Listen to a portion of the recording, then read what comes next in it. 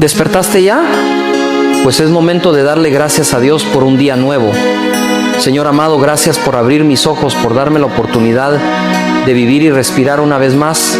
Gracias por la vida, por la salud y por cada instante que me regalas. Hoy te entrego mi corazón, mis pensamientos y mis acciones. Ayúdame a vivir este día con gratitud y alegría, reconociendo que todo lo bueno viene de ti. Guíame en mis decisiones, ilumina mi camino y fortalece mi fe para enfrentar cualquier desafío que pueda surgir.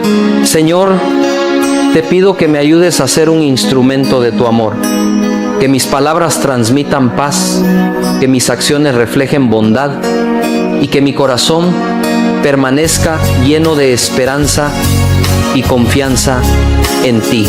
Que cada momento de este día esté lleno de